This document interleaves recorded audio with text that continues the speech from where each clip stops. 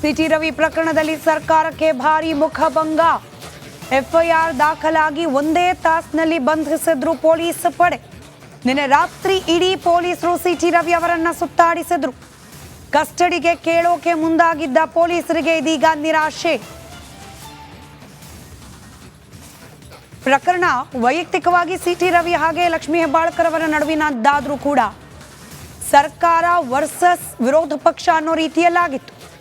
ಸರ್ಕಾರ ಪೊಲೀಸ್ ಇಲಾಖೆಯನ್ನು ಬಳಸಿಕೊಂಡು ವಿರೋಧ ಪಕ್ಷದ ಮೇಲೆ ಹತ್ತಿಕ್ಕುವ ಪ್ರಯತ್ನವನ್ನ ಮಾಡ್ತಾ ಇದೆ ಅನ್ನೋದು ಆರೋಪ ಕೇಳೋಕೆ ಸಿಕ್ಕಿತ್ತು.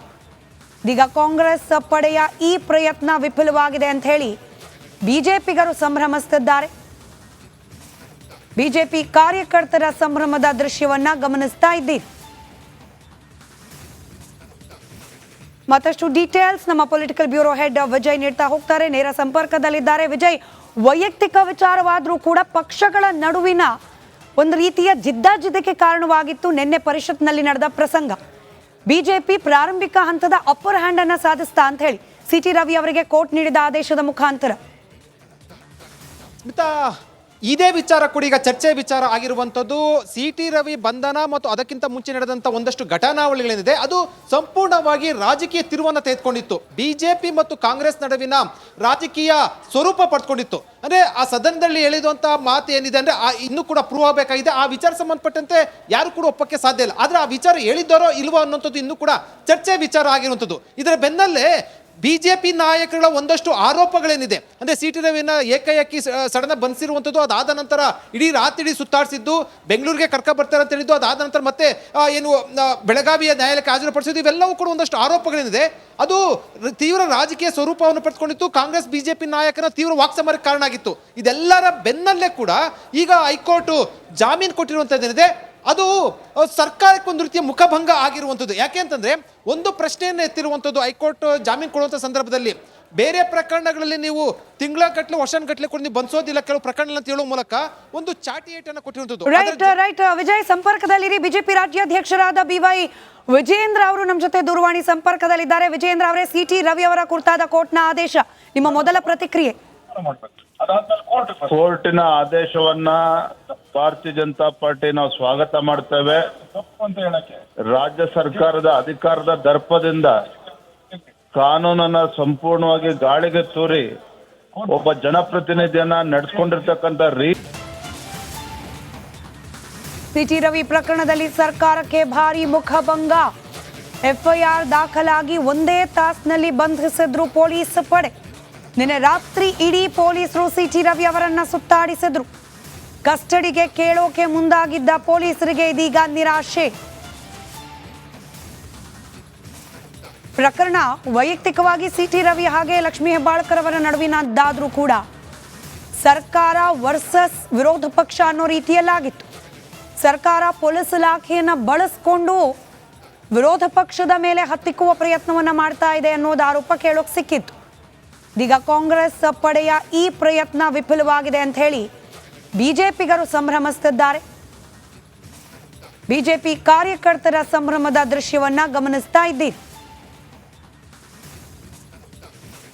ಮತ್ತಷ್ಟು ಡೀಟೇಲ್ಸ್ ನಮ್ಮ ಪೊಲಿಟಿಕಲ್ ಬ್ಯೂರೋ ಹೆಡ್ ವಿಜಯ್ ನೀಡ್ತಾ ಹೋಗ್ತಾರೆ. ನೇರ ಸಂಪರ್ಕದಲ್ಲಿದ್ದಾರೆ. ವಿಜಯ್, ವೈಯಕ್ತಿಕ ವಿಚಾರವಾದರೂ ಕೂಡ ಪಕ್ಷಗಳ ನಡುವಿನ ಒಂದು ರೀತಿಯ ಜಿದ್ದಾಜಿದ್ದಕ್ಕೆ ಕಾರಣವಾಗಿತ್ತು ನಿನ್ನೆ ಪರಿಷತ್ನಲ್ಲಿ ನಡೆದ ಪ್ರಸಂಗ.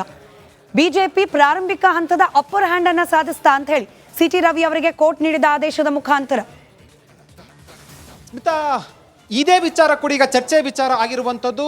ಸಿಟಿ ರವಿ ಬಂಧನ ಮತ್ತು ಅದಕ್ಕಿಂತ ಮುಂಚೆ ನಡೆದಂಥ ಒಂದಷ್ಟು ಘಟನಾವಳಿಗಳೇನಿದೆ ಅದು ಸಂಪೂರ್ಣವಾಗಿ ರಾಜಕೀಯ ತಿರುವನ್ನು ತೆಗೆದುಕೊಂಡಿತ್ತು. ಬಿಜೆಪಿ ಮತ್ತು ಕಾಂಗ್ರೆಸ್ ನಡುವಿನ ರಾಜಕೀಯ ಸ್ವರೂಪ ಪಡ್ಕೊಂಡಿತ್ತು. ಅಂದರೆ ಆ ಸದನದಲ್ಲಿ ಹೇಳಿದಂಥ ಮಾತು ಏನಿದೆ ಅಂದರೆ ಇನ್ನೂ ಕೂಡ ಪ್ರೂವ್ ಆಗಬೇಕಾಗಿದೆ. ಆ ವಿಚಾರ ಸಂಬಂಧಪಟ್ಟಂತೆ ಯಾರು ಕೂಡ ಒಪ್ಪಕ್ಕೆ ಸಾಧ್ಯ ಇಲ್ಲ. ಆದರೆ ಆ ವಿಚಾರ ಹೇಳಿದ್ದಾರೋ ಇಲ್ವೋ ಅನ್ನೋಂಥದ್ದು ಇನ್ನೂ ಕೂಡ ಚರ್ಚೆ ವಿಚಾರ ಆಗಿರುವಂಥದ್ದು. ಇದರ ಬೆನ್ನಲ್ಲೇ ಬಿಜೆಪಿ ನಾಯಕರ ಒಂದಷ್ಟು ಆರೋಪಗಳೇನಿದೆ ಅಂದರೆ ಸಿಟಿ ರವಿನ ಏಕಾಏಕಿ ಸಡನ್ ಬಂಧಿಸಿರುವಂಥದ್ದು, ಅದಾದ ನಂತರ ಇಡೀ ರಾತ್ರಿ ಸುತ್ತಾಡಿಸಿದ್ದು, ಬೆಂಗಳೂರಿಗೆ ಕರ್ಕ ಬರ್ತಾರೆ ಅಂತ ಹೇಳಿದ್ದು, ಅದಾದ ನಂತರ ಮತ್ತೆ ಏನು ಬೆಳಗಾವಿಯ ನ್ಯಾಯಾಲಯಕ್ಕೆ ಹಾಜರುಪಡಿಸಿದ್ದು, ಇವೆಲ್ಲವೂ ಕೂಡ ಒಂದಷ್ಟು ಆರೋಪಗಳೇನಿದೆ ಅದು ತೀವ್ರ ರಾಜಕೀಯ ಸ್ವರೂಪವನ್ನು ಪಡೆದುಕೊಂಡಿತ್ತು. ಕಾಂಗ್ರೆಸ್ ಬಿಜೆಪಿ ನಾಯಕರ ತೀವ್ರ ವಾಕ್ಸಮರಕ್ಕೆ ಕಾರಣ ಆಗಿತ್ತು. ಇದೆಲ್ಲರ ಬೆನ್ನಲ್ಲೇ ಕೂಡ ಈಗ ಹೈಕೋರ್ಟ್ ಜಾಮೀನು ಕೊಟ್ಟಿರುವಂಥದ್ದೇನಿದೆ ಅದು ಸರ್ಕಾರಕ್ಕೆ ಒಂದು ರೀತಿಯ ಮುಖಭಂಗ ಆಗಿರುವಂಥದ್ದು. ಯಾಕೆ ಅಂತಂದ್ರೆ ಒಂದು ಪ್ರಶ್ನೆಯನ್ನು ಎತ್ತಿರುವಂಥದ್ದು ಹೈಕೋರ್ಟ್ ಜಾಮೀನು ಕೊಡುವಂಥ ಸಂದರ್ಭದಲ್ಲಿ ಬೇರೆ ಪ್ರಕರಣಗಳಲ್ಲಿ ನೀವು ತಿಂಗಳಗಟ್ಟಲೆ ವರ್ಷಗಟ್ಟಲೆ ಕೂಡ ನೀವು ಬಂಧಿಸೋದಿಲ್ಲ, ಕೆಲವು ಪ್ರಕರಣ ಅಂತ ಹೇಳುವ ಮೂಲಕ ಒಂದು ಚಾಟಿ ಏಟನ್ನು ಕೊಟ್ಟಿರುವಂಥದ್ದು.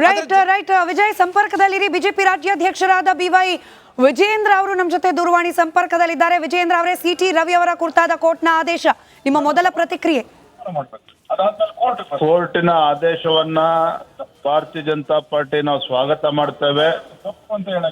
ರಾಜ್ಯ ಸರ್ಕಾರದ ಅಧಿಕಾರದ ದರ್ಪದಿಂದ ಕಾನೂನನ್ನ ಸಂಪೂರ್ಣವಾಗಿ ಗಾಳಿಗೆ ತೂರಿ ಒಬ್ಬ ಜನಪ್ರತಿನಿಧಿಯನ್ನ ನಡೆಸ್ಕೊಂಡಿರ್ತಕ್ಕಂಥ ನಿಧಿ ಚಂದ್ರಶೇಖರ್ ನೀಡ್ತಾ ಹೋಗ್ತಾರೆ. ನೇರ ಸಂಪರ್ಕದಲ್ಲಿದ್ದಾರೆ ಚಂದ್ರಶೇಖರ್. ಬಿಜೆಪಿ ಪಾಲಿಗೆ ಸದ್ಯಕ್ಕಂತೂ ಸಂಭ್ರಮ, ಆದ್ರೆ ಆರೋಪ ಮುಕ್ತರಾಗಿಲ್ಲ CT ರವಿ ಇನ್ನು. ಆದ್ರೆ ಕಾಂಗ್ರೆಸ್ನ ವಿರುದ್ಧವಾದ ಹೋರಾಟದಲ್ಲಿ ಪ್ರಾಥಮಿಕ ಹಂತದ ಜಯ ಸಿಕ್ಕಂತಾಗಿದೆಯಾ ಅಂತ ಹೇಳಿ ಹೀಗಾಗಿ ಸಂಭ್ರಮಾಚರಣೆಯ ದೃಶ್ಯವನ್ನ ಕೂಡ ನಾವು ಗಮನಿಸ್ತಾ ಇದ್ದೀವಿ.